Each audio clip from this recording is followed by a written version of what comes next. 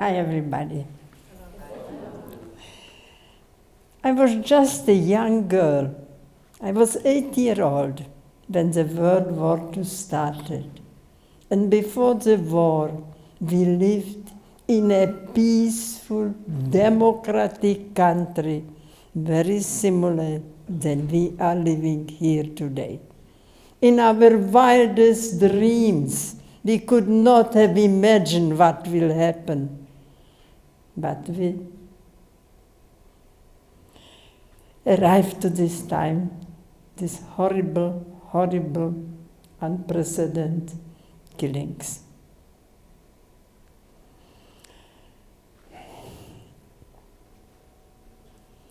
I want to introduce you the Holocaust.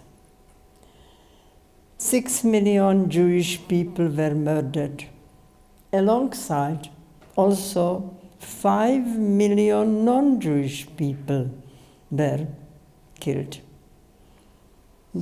like homosexuals, handicapped, gypsies, Jehovah's Witnesses, and Christians who politically were against the Hitler regime. So altogether, 11 million people were killed. If you look at the statistic, from 4 years, from 1942, 43, 44, 45, 4 years was the biggest killing going on. And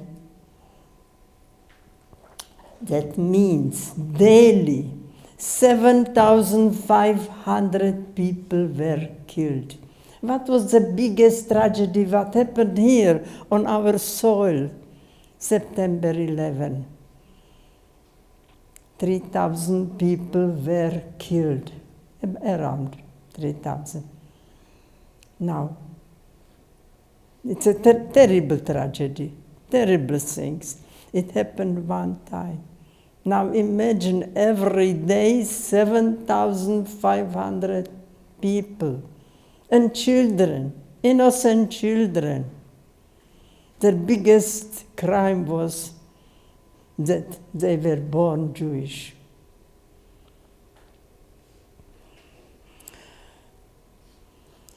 I made this sculpture in honor also for the 5 million non-Jewish people. See? The columns represent the Jewish people, screaming faces, last minute before their death. And in between the columns, I have the handicapped and Christians, the courageous resistors, Jehovah's Witnesses, gypsies, and homosexuals. I'm from Slovakia. It was Czechoslovakia when I was born. They split. Now it's Slovakia, and I am from the town of Bratislava, what's the capital of Slovakia. 90,000 Jewish people lived in Slovakia. In 1942 was the biggest deportation. 60,000 people were taken away. The president, a priest, President Tiso, made an agreement with Germany because Germany at this time asked only for men. And he said, when you take men, take the whole families. And he paid cash, 500 kron for every person besides the men, with a promise they will never return. From 60,000 people, 230 people returned in Slovakia. The worst killing in Europe, statistically. That's me. About 6-year-old, a very happy child, always laughing, smiling. Here I am about 11. Nobody could make me smile. Hard times of the Holocaust. That's my father's store. This is my dad in the middle. And this is my mom with me. My birthday party. I was 10-year-old with all my friends. I'm the only one who survived. I lost all my friends, every one of them. My grandmother lived with us. I loved her dearly. When the deportation was going on, and also at the same time, our allies were bombing, especially the big city. A lot of people, mostly families of the breadwinner, moved around to smaller villages around the capital. And one family, the Blanards, I will talk about them a little bit later, took my mother with them and pretended that she is their mother, non-Jewish people, moved about 60 miles away from the capital. And my grandmother was living for a while with them. I went to visit her one day. I was about 11 at this time. I got sick. And it was so dangerous to go on the train. And they were looking for Jewish people constantly everywhere. My uncle decided he will bike 60 miles to pick me up, and I was on the back of the bike. And when we came back to Bratislava, it was full with people. We couldn't cross. Soldiers, police, Germans in uniform. Terrible, lot of people. We couldn't go on the bike anymore. And there, as I was walking, I was about 11 at this time, a German grabbed me. I got so scared. My uncle didn't wait a second, grabbed my shoulder, pulled me out of his arms, and I bended down, and between the legs of the people, I disappeared in the crowd. When I came out, I had no idea where I am. Bratislava was a big city. It was the capital. And somehow, I found my way home.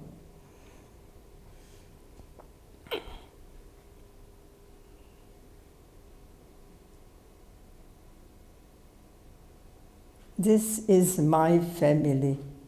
75 people were murdered in the Holocaust. Children, little children, people. And I made this sculpture. And I'm using a leaf that is falling down from a tree, because a leaf that's falling down is not alive anymore. And I wrote every name of my family members who got killed in Holocaust. And I call it, We Remember Them.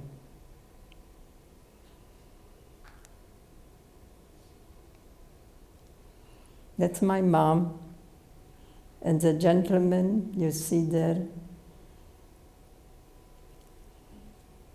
was one of the resistors. And he was the contact for my mother, because my mother joined the resistance. My parents' store was located next to the police station, and because of the location, they knew every policeman. One of the policemen gave my mother the list who will be taken away a certain night with their address, with the name of the people, children. My mother contacted him every night, and he came, got the list. My mother kept a part of it, and he also distributed it between people to vent caution people. My mother took me with her many, many times. We had a curfew in Slovakia against Jewish people, and she was hoping with a young girl we won't be stopped. And I will never forget when we went to my mother's cousin. She was on the list, so was her old mother, her husband, and my second cousin, the 4-year-old little boy. And she told them, tonight, for sure, at this address, they will be looking for you. Go somewhere, hide somewhere, do something. And they cried, and they said, we cannot go anywhere.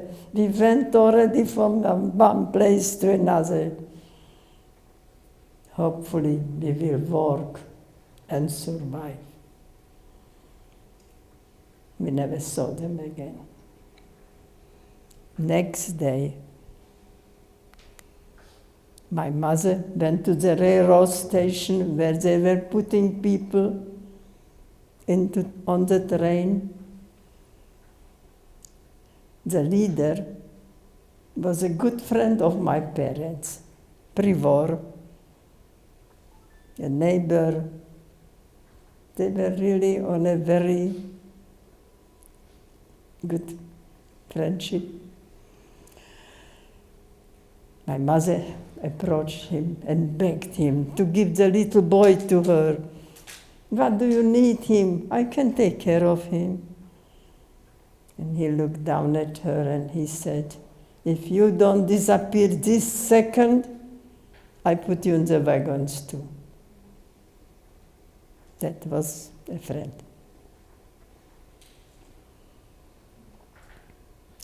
This is the police station. And you see this green part on the left side? This is the beginning of the building where my father's store was. It was on the other end of this building. This is the main police station in Bratislava. I took this picture after war when I went to visit. I didn't take my father's store because it was remodeled. It didn't look like, so I didn't want it. USC Shaw Foundation took me to Slovakia. 7 people from the filming crew were waiting for me there, and they were filming me. For 3 days, they made a documentary what should be used if we won't be here anymore. And we have the March of the Living. They can explain what happened. So it was filmed in Slovakia. And we went everywhere. Now, this is the back of the store. Actually, we lived there. There was the warehouse room. We emptied it, and in this one room we lived, and there was no room for my grandmother who used to live with us. And this is when she went with the Blanars to a small village.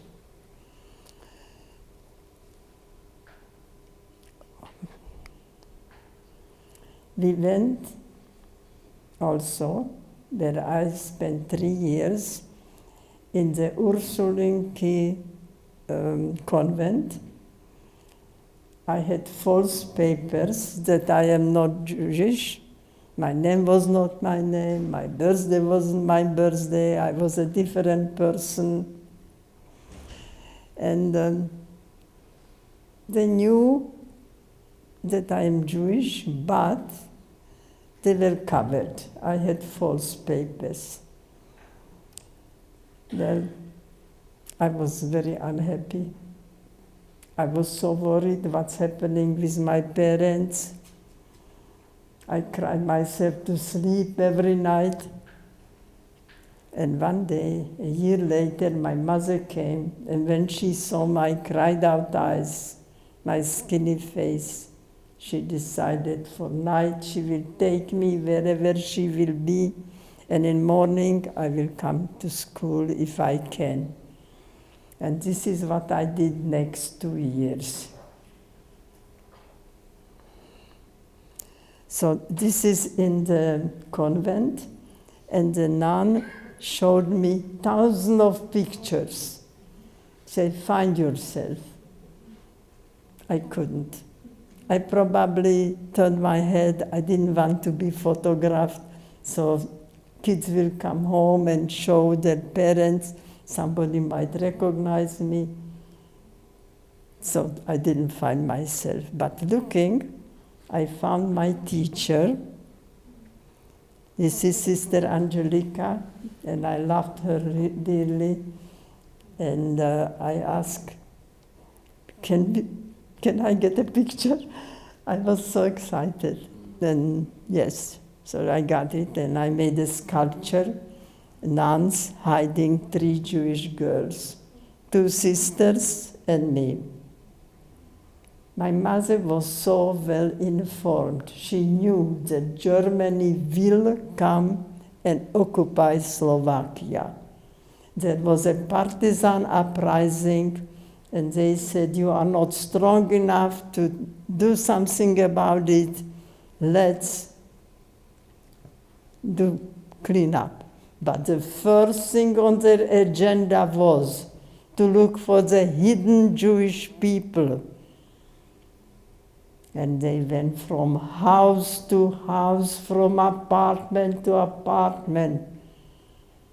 And we were hidden by Karol Blanar, whose parents were hiding my grandmother, but she meantime passed away. She was buried in a Christian cemetery under Blanar's name. Afterward, my parents did not want to move her. They just put her name on it. And when they were filming me, I went there a few times before. I knew exactly as an adult where she was buried. And with the filming crew, 7 people, we went to the cemetery, and as we were walking, I went straight to the place, and there was not her name. And then all of us went one by one, we checked the whole cemetery, we didn't find her. We went to the office, but it was closed.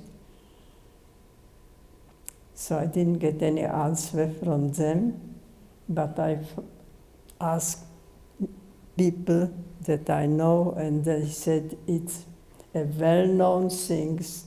They sell the plot, and she might be there underneath somebody, or maybe not.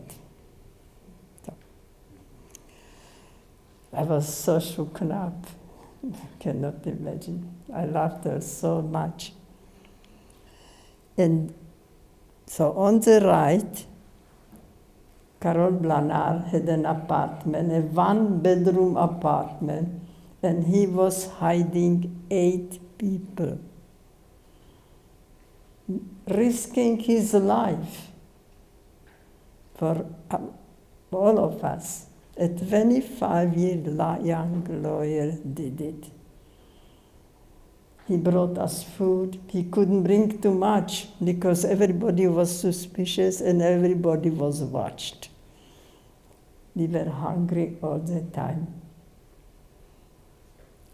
We had to be very, very quiet because he went to work. And I was 13 at this time. Now, can you imagine yourself sitting on a chair, not be able to move around, and not be able to speak? I was reading. He brought me books, but he couldn't bring me books for a young girl. He brought me history books, heavy books to read. Dostoevsky, Tolstoy. And I was reading whatever I got into my hand. And I want to tell you something. Everything can be taken away from you. Even the clothes you wear. But nobody can take away from you what you have in your head. Put good stuff in it. It's yours. It's yours until you leave.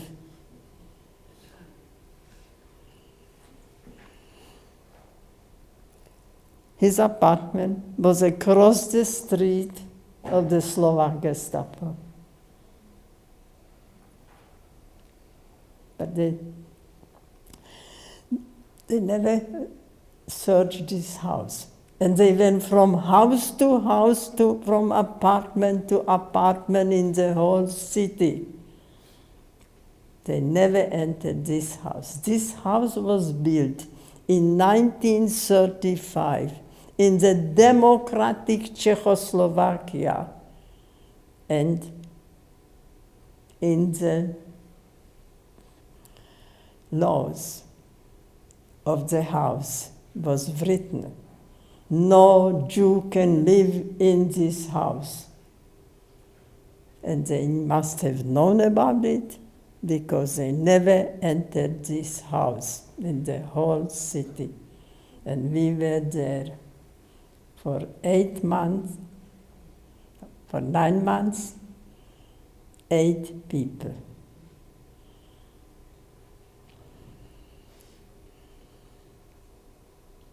I saw the Germans or the Slovak in the uniform marching in front of the house.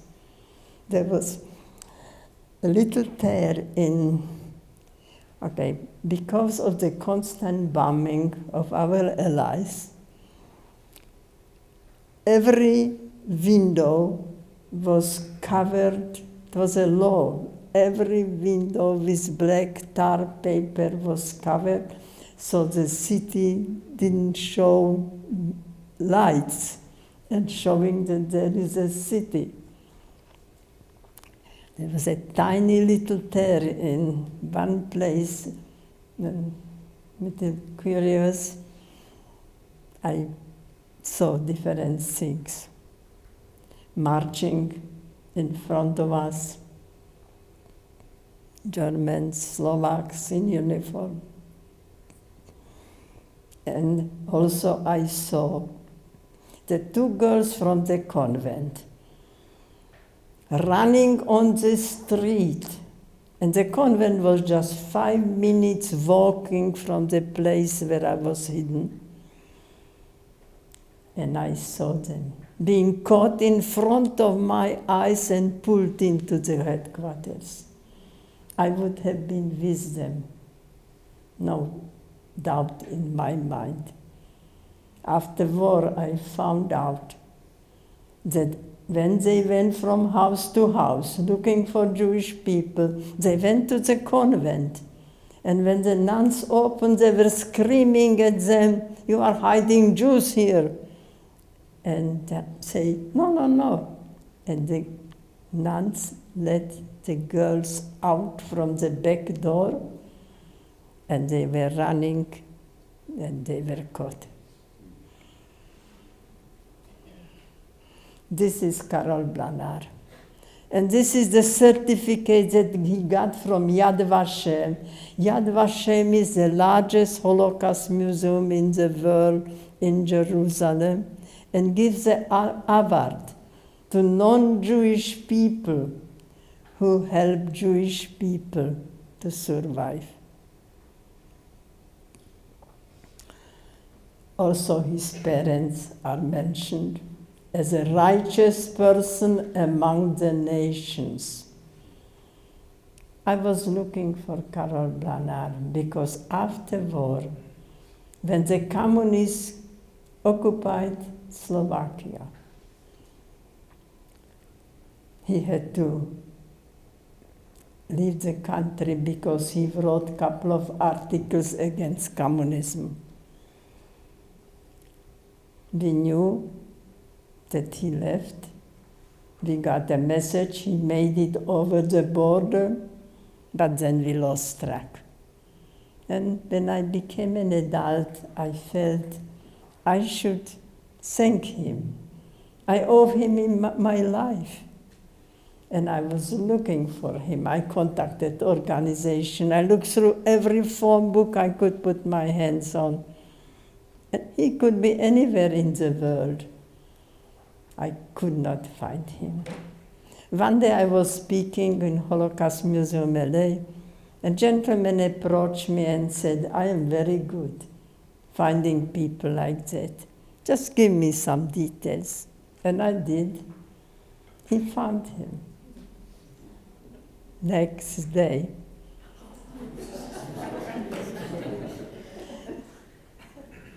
before that, when I got my first computer, I Googled him. I tried to find him. He didn't come up, but his brother did. His brother was a university professor, wrote about 25 books. His name was there, his phone number. I got so excited. I didn't even look if it's midnight there. I just had to talk to him. And he picks up the phone. And I was trying to introduce myself. And he said, I remember you. Oh, you do? Okay, just tell me where is Karol. Well, Karol lived in United States, in Dublin, Ohio. He got married, no children, but he died in 1980. So here I was, years and years later, missing the opportunity to thank him. So I asked him where he's buried. The only thing I can do for him is to visit his grave. So he lived in Dublin, Ohio. He had no idea where he is buried. So I called every cemetery around Dublin, Ohio, and I didn't find him. So when this gentleman came to me, I told him the story, and he took all the data what I told him, and he found him the next day. But in Columbus, Ohio, this is why he was not buried in Dublin, Ohio. I still don't know why he was buried there. So it was 35 years later after he died when I found him. And he told me he doesn't, his name on the grave, it's an unmarked grave. I got very upset. I called the cemetery. I said, can you please look it up and tell me what happened. And they did. And they told me nobody was there when they buried him, nobody paid, that's it. I said, no, I'm ordering a marker right now.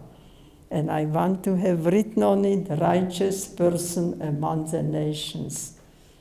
And when they were putting the marker in the earth, I went there with my grandson with a video camera. And if you want to hear my goodbye speech, go to my website, and it's GabriellaKarin.com, and you can hear my goodbye speech.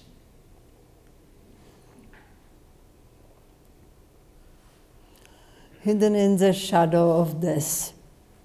That's my sculpture. You see me in the center, sitting and reading, the German boots marching in front of the place. And these are the people, my mother and my father, my aunt, 2 uncles, and 2 friends of my parents. We were 8 people for 9 months in hiding, and we survived. And this is Carol Branal bringing us food. Not too much. We were so hungry.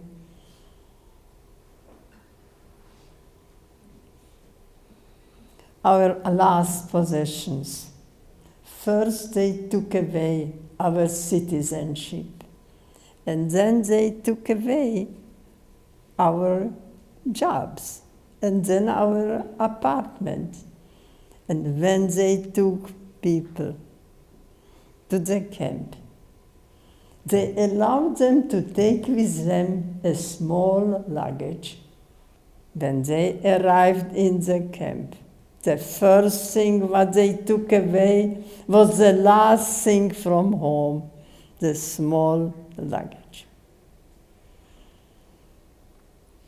12 windows to the unforgettable past. The first window shows the Shevastika coming, but the world was silent. Kristnacht, November 9, 1938, all over Germany and Austria. They were burning Jewish stores, burning Jewish synagogues. Hundreds of them burned to ground, thousands put on fire. And they started to take Jewish men to camp. This was November 9. It was 9 months before the World War II started. And there was a window of opportunity to let children out from age 2 to age 17, from Germany, Austria, Czechoslovakia, and Poland. But the world did not open their gates to let them in. The only place was England, and they saved 10,000 children. I went from museum to museum here in United States, and I did not see a word about it. Probably because they didn't let them in. It upset me, and I decided I will do something. I made a sculpture. It's 15 feet. I show trains, and in the windows of the trains there are real photographs of the children. I was corresponding with people, mostly in England, or I found them as an adult living already here in United States. It was a big job. I had hardly time to work on my sculptures.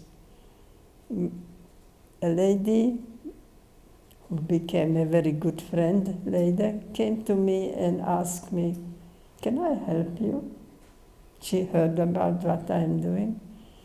And I said, "Yes." So she took over the correspondence, the emailing, and I could work on sculpture and finish it. It took about a year, and when she was ready, I was ready. We looked at each other around the room. We had so much material gathered, we decided to put it in a book. And actually, her mother is the first one there. I'm just showing how the individual trains look. Each one was different, but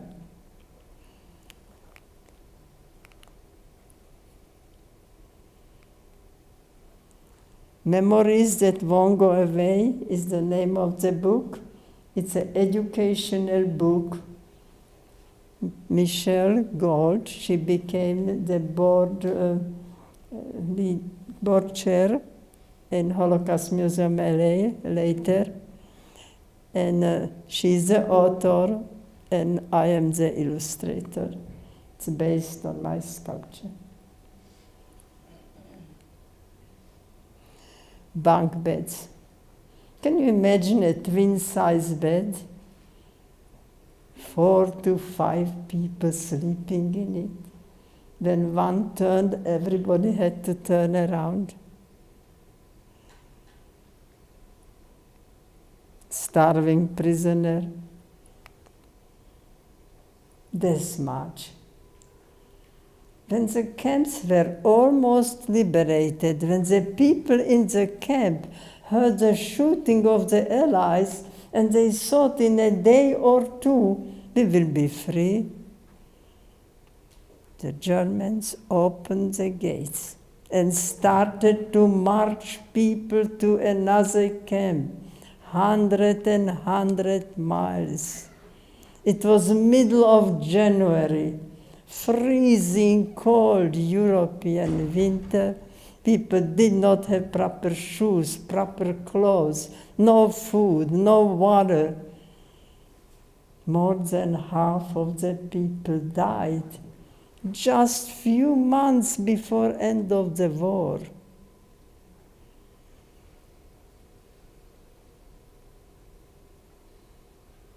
Silent scream. A child is leaving mother's hand, cannot reach it.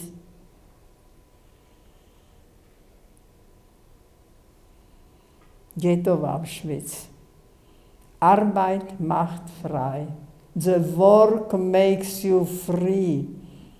What the irony on this gate.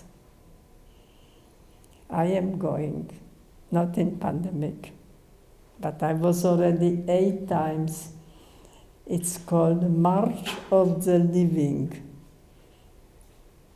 I am going as a survivor, talking to students, 220 students we have every year, 6 buses, and we march from this gate to the other side of Auschwitz-Birkenau, where the gas chambers are, and we march together with 75,000 students, all high school seniors from 50 countries, and we march together in a complete silence. It's unbelievable. You have to be there. Actually, I just got a word for next year. Will you come? I said, yes. I didn't hesitate a second.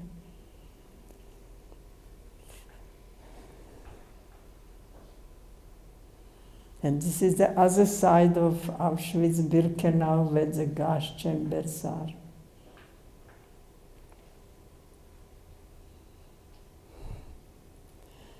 The Germans took away from us everything, also the wedding rings. And as precise they are, they created and catalogued everything. And this is my last one in this series. From tragedy to the new beginning. You see, the mountain of Jewish stars, the mountain of dead people. And from all this horror came out State of Israel. And I have there a cactus. You know why a cactus? Everybody who is born in Israel is called sabra. And sabra is a fruit of the cactus, prickly outside, sweet inside.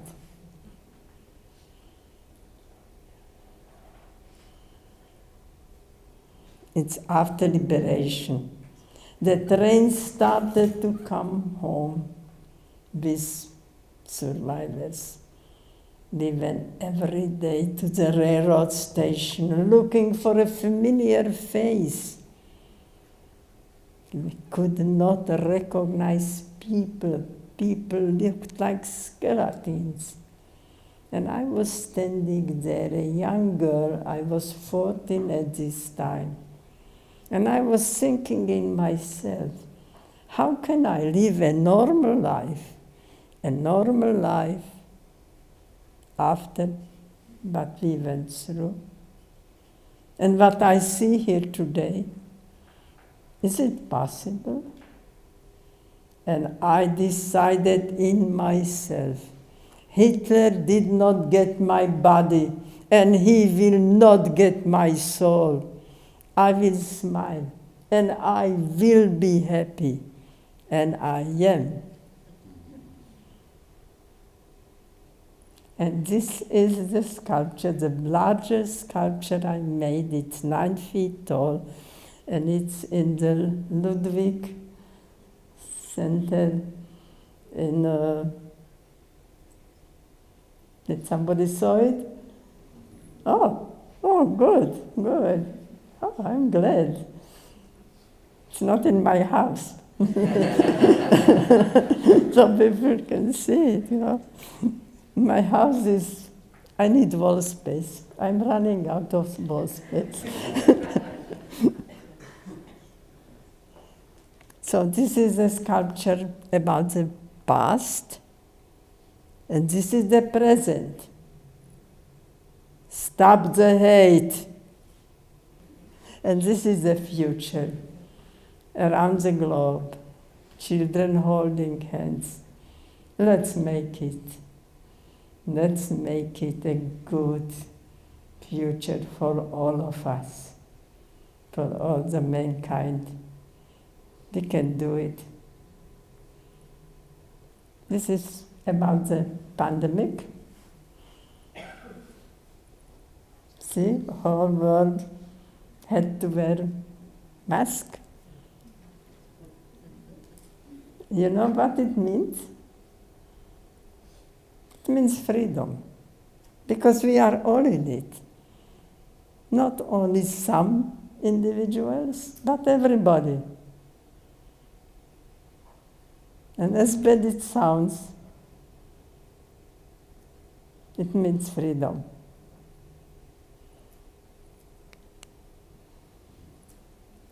I show in this butterfly all signs of Holocaust. Because from this ugly cocoon comes a beautiful butterfly. It's a hope for all of us. As you see, I'm wearing butterfly. I also sell them on my website, GabriellaKarin.com. This is my first book,